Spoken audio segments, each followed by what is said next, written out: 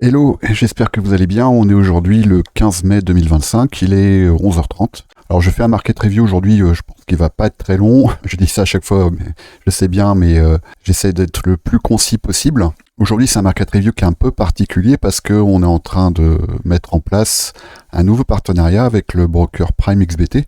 Alors moi c'est un broker que personnellement j'utilise depuis au moins 2020 je crois, parce qu'il permet de trader notamment les indices, les commodités, le forex, mais avec du collatéral crypto. Donc c'est intéressant à plusieurs points de vue. C'est déjà que à partir du moment où on reste dans l'écosystème crypto, il n'y a pas de fait générateur de taxes. Évidemment, lorsque vous prenez vos profits, vous les convertissez en fiat, à ce moment-là, vous êtes assujetti à ces fameuses taxes, mais ça permet de rester dans cet écosystème et ça permet également de faire travailler, pourquoi pas, des USDT évidemment, des USDC, mais également du Bitcoin, des Ethers et le token de PrimeXBT qui est co-vesting. Alors je reviendrai dessus dans une autre vidéo parce que je pense que je vais mettre à jour un tuto que j'avais déjà mis en ligne il y a quelques années déjà, que vous trouverez sur ma chaîne Odyssée et que vous trouverez également à l'intérieur du salon VIP Forex Indice dans tuto PrimeXBT. Alors dès que j'aurai mis ce tuto à jour, je pense que je le supprimerai. Il reste encore d'actualité, mais bon, il y a quand même des nouveautés dans PrimeXBT dont je ne parle pas dans cette vidéo, et puis j'essaierai d'aller un petit peu plus loin également dans la prise en main de la plateforme. Alors bienvenue pour ceux qui nous rejoignent. Si ce n'est pas déjà le cas, ceux qui veulent nous rejoindre, vous avez ici dans le salon du trône, le salon Discord du trône, toute la procédure pour nous rejoindre. Vous avez le lien d'affiliation évidemment, et que je vous remettrai également en description de cette vidéo. Alors juste pour préciser, c'est bien un mentorat qu'on vous propose, et contrairement à de nombreux messages que j'ai reçus, désolé s'il y a eu une confusion, mais je ne crois pas que ce soit le cas pourtant, on ne fait pas de call évidemment, c'est-à-dire qu'on va pas, c'est pas un salon dans lequel on vous dit achetez ici, revendez là. Il y a plusieurs raisons à ça. La première raison, c'est que plutôt que de vous donner du poisson, on va plutôt essayer de vous apprendre à pêcher. Déjà, c'est une première chose. Et ensuite, lorsque vous comprenez un peu comment fonctionne le trading, vous comprendrez rapidement que c'est pas d'acheter qui est le plus dur, ou de vendre d'ailleurs, si vous êtes sur les marchés CFD. C'est pas ça, c'est pas d'entrer en position qui est le plus compliqué. Ce qui est le plus compliqué, c'est au-delà de tous les aspects techniques que peuvent impliquer le trading, ça va être d'être capable de gérer votre position, de gérer votre risque, également de gérer votre mindset, votre psychologie si vous préférez. Donc ça c'est vraiment propre à chacun, et c'est pour ça qu'on dit qu'un trader doit trouver son ou ses modèles. Et un modèle de trading, c'est pas uniquement des conditions techniques d'entrée ou de sortie, c'est également un profil, des horizons temporels d'intervention, c'est évidemment un capital qui est propre à chacun. Ça va dépendre aussi de votre âge. C'est évident qu'on va être plus enclin à prendre des risques si on a 18 ans que si on en a 65 et qu'on compte sur cet argent pour la retraite ou pour aider ses enfants par exemple. Voilà, donc en fait il y a tout plein de profils le système des calls que vous pouvez trouver notamment sur certains canaux Telegram, c'est à mon avis un peu le bout de la chaîne alimentaire du trading, c'est-à-dire que vous avez quand même des chances qui sont immenses que ça se passe mal pour vous si vous suivez des signaux de trading. Donc il vaut mieux prendre le temps, je sais bien que c'est pas forcément sexy, mais il faut prendre le temps de se former, il faut apprendre de ses erreurs, il faut prendre le temps de développer des modèles de trading, et surtout, il faut prendre le temps d'adopter une méthodologie. Et voilà, et donc c'est ce qu'on va essayer de vous transmettre à l'intérieur de ce salon VIP Forex Indice. Alors il y a déjà ceux qui sont depuis maintenant maintenant on peut parler d'années, dans le salon VIP Crypto, et à l'intérieur de ce salon, il y a déjà des chapitres qu'on va partager avec vous, qui parlent donc de développer un modèle de trading avec des setups qui sont à disposition. Alors c'est pas des setups clés en main, c'est pas des setups qui vous disent s'il y a ça, fais ça et revends à tel endroit. Tous les modèles de trading sont des modèles que vous devez vous approprier. Et se les approprier, ça veut dire déjà commencer par les observer, les backtester, ensuite les appliquer avec un compte démo pour voir un peu comment ça se passe dans des conditions qui sont les plus proches du réel. Et ensuite, vous allez pouvoir commencer à engager de l'argent réel, mais d'abord des petites sommes, et au bout de quelques mois, parfois quelques années, si vous avez moins de temps pour pratiquer, vous aurez à votre disposition des modèles, des setups, et qu'on espère profitables pour vous. Ce qu'il ne faut pas oublier, c'est que, et ça ce sont les statistiques de l'AMF qui le disent, c'est pas nous, c'est que 80% des traders perdent l'intégralité de leur capital dans les 3 premiers mois. Ensuite, dans la première année, vous avez 90% des traders qui ont été liquidés ou qui ont perdu l'intégralité de leur capital. Et au-delà d'un an, on s'approche des 99%. Donc, je dis pas ça pour vous décourager, je dis ça juste que le monde du trading, des traders, est fait de beaucoup de gens qui pensent que c'est facile, qui pensent qu'il y a juste à écouter certains influenceurs ou à écouter certaines personnes qui paraissent savoir ce qu'elles disent pour être profitable sur les marchés. C'est beaucoup plus compliqué que ça. Et nous, ce qu'on va essayer, c'est un petit peu de vous prendre par la main et faire en sorte que vous fassiez partie de ces 1% de traders qui déjà arrivent à survivre sur les marchés, qui arrivent à développer des modèles de trading profitables et consistants. Et ensuite, on pourra discuter éventuellement de battre le marché, parce qu'on peut très bien être profitable, mais ne pas réussir à battre le marché. Battre le marché, c'est quoi ? C'est en gros, c'est battre un indice comme le SP500 par exemple, ou un ETF World.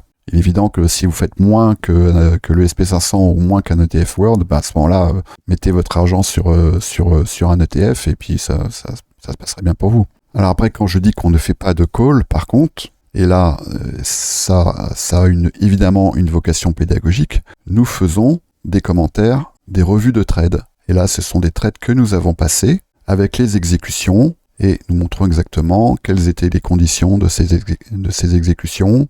Et ça fait l'objet soit de screens, comme vous pouvez le voir ici, soit parfois de vidéos enregistrées dans les conditions du réel, où là, vous pouvez un peu entrer dans la peau d'un trader et comprendre un peu ce qui se passe dans sa tête, et comment il réagit en fonction de ce que le prix peut développer. Et évidemment, à l'intérieur de ces salons, vous avez aussi des salons où vous pouvez échanger entre vous, poser des questions, bien évidemment, partager vos charts, etc., etc. Voilà, pardon pour cette petite introduction, mais c'était que je crois quand même nécessaire de recadrer un petit peu le débat, pour ceux qui n'auraient pas compris de quoi il s'agissait. Alors maintenant, je vais quand même faire une petite revue de marché parce qu'il y a des choses intéressantes qui sont en train de se passer, et surtout il y a des choses intéressantes qui vont se passer, à mon avis, notamment parce que on est quand même sur une semaine qui est très importante, comme toutes les semaines d'annonces économiques, et on en a tous les mois. On a eu donc mardi le CPI, et on a aujourd'hui à 8h30 heure de New York, donc 14h30 heure de Paris, le Core PPI. Donc ce sont évidemment des annonces qui sont déterminantes, parce que ce sont des annonces qui permettent aux opérateurs du marché, aux intervenants, de se projeter, d'avancer avec plus ou moins de confiance. Et évidemment, le marché est un reflet de ce que les intervenants projettent en ce qui le concerne.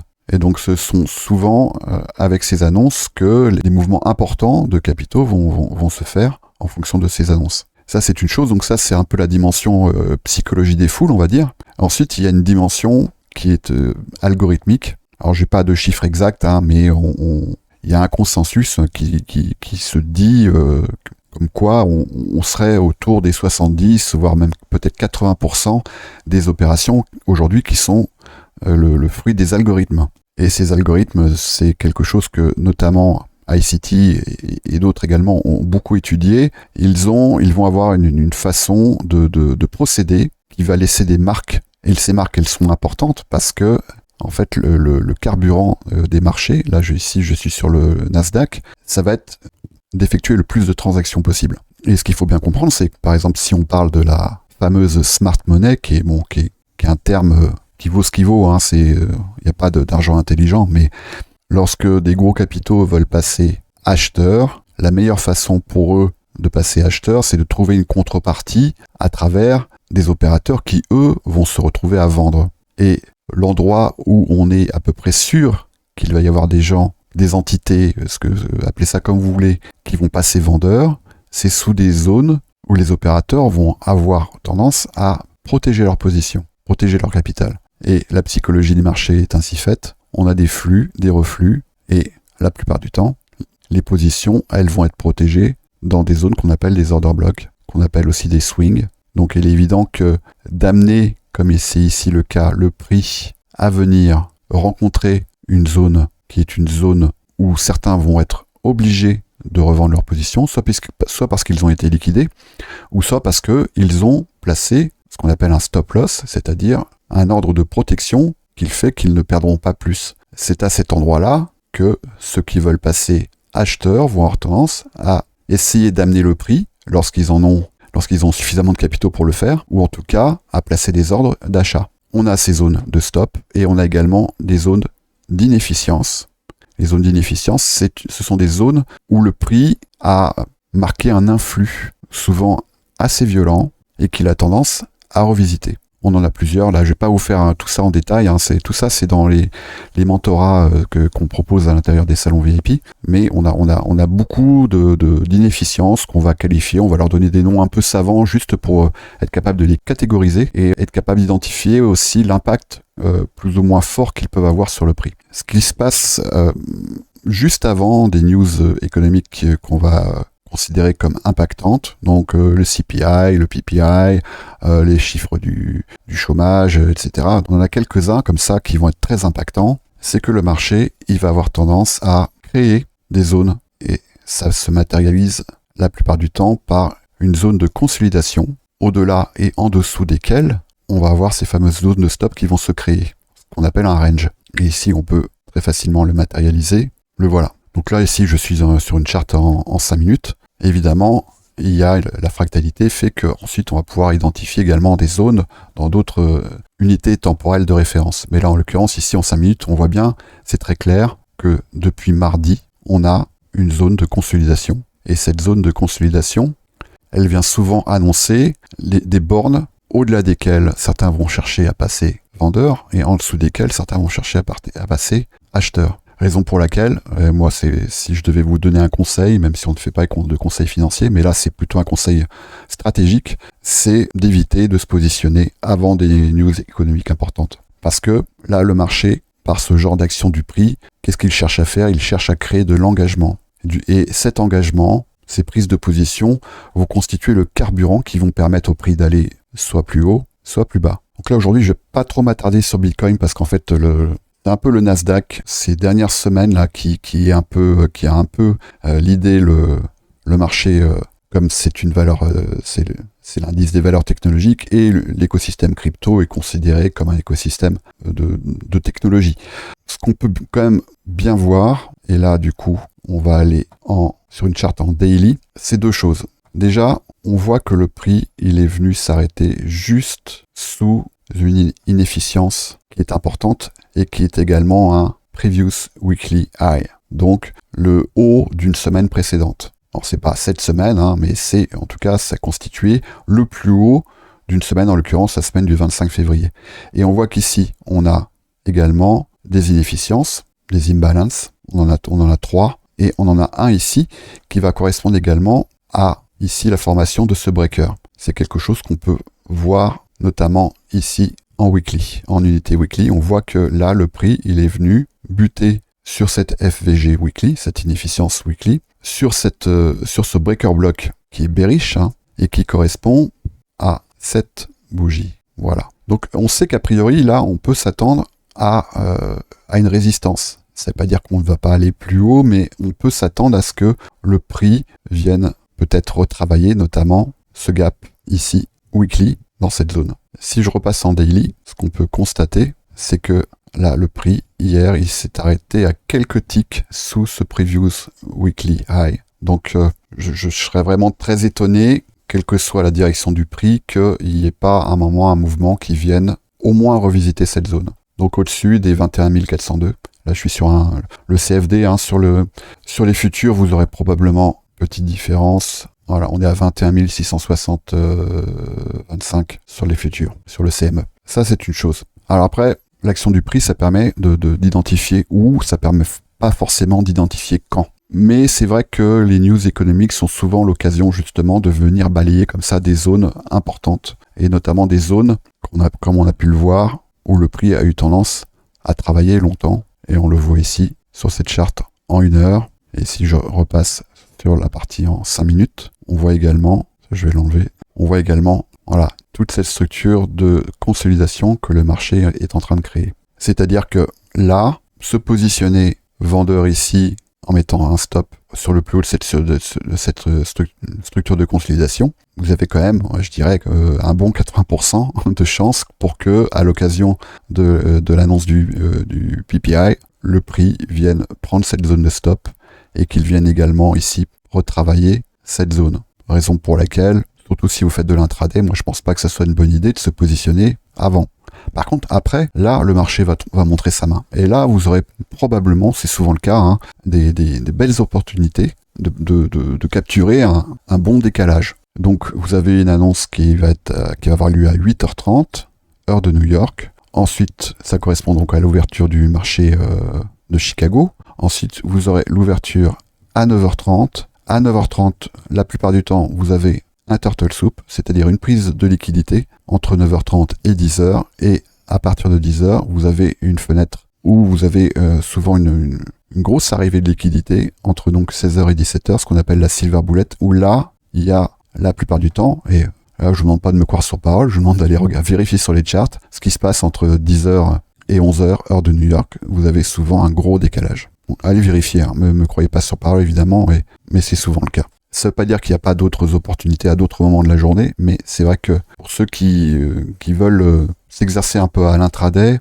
cette fenêtre-là est une fenêtre à privilégier de mon point de vue. Alors après, si je retourne sur une charte en daily, et vous pourrez aller revisionner mes précédents market reviews, parce que ça fait un petit moment que j'en parle, hein, on voit qu'on a ici quelque chose qui maintenant ne ressemble plus, mais est un V-bottom, on voit bien hein, cette structure qu'on a ici, mais qui laisse quand même, parce que c'est un mouvement qui a été très impulsif, des inefficiences qui à mon avis vont être visitées. À quel moment je ne sais pas, mais je pense que la zone que j'ai identifiée ici, entre les 20 100 points et les 20 350 points, à mon avis, ça va être assez rapidement revisité, je pense, d'autant que ça correspond ici également à un breaker, cette fois-ci un breaker bullish sur cette bougie, et on voit qu'on a une magnifique confluence en daily entre ce breaker bullish et cette inefficience. Voilà, à mon avis, un point de rendez-vous tout à fait réaliste. On en a un premier, et donc le deuxième dont je vous parlais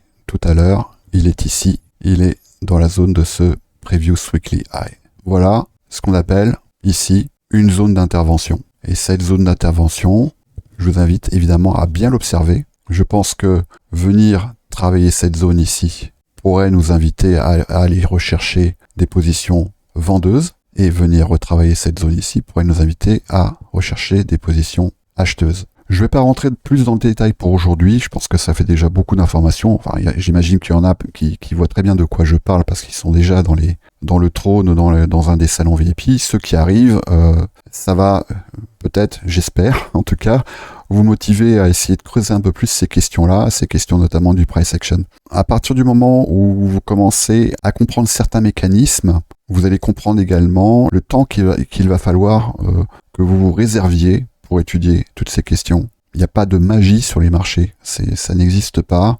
Il y a des modèles qu'on va appliquer, parfois très mécaniquement. Et également, il ne faut pas confondre analyser le marché et trader. C'est-à-dire qu'on peut très bien être un très bon analyste et un mauvais trader, et réciproquement évidemment. Certains appliquent une routine de trading qui n'a rien de rationnel, mais qui, parce qu'ils ont un bon money management ou un bon mindset, arrivent à dégager des profits de ces modèles. Je vais m'arrêter là pour aujourd'hui. J'en profite pour rappeler qu'il y a évidemment le Discord du Trône, dans lequel j'ai le plaisir d'intervenir. Vous pouvez également me retrouver sur ma chaîne Twitter, où je partage pas mal de petites dingueries, on va dire, et je parle notamment pas mal de trading algorithmique. Moi, je suis trader, je fais du discrétionnaire, hein, mais je passe beaucoup de temps à développer des algorithmes. Voilà, donc si ça vous intéresse, retrouvez-moi sur ma chaîne Twitter, n'hésitez pas à vous abonner. Allez, bonne journée!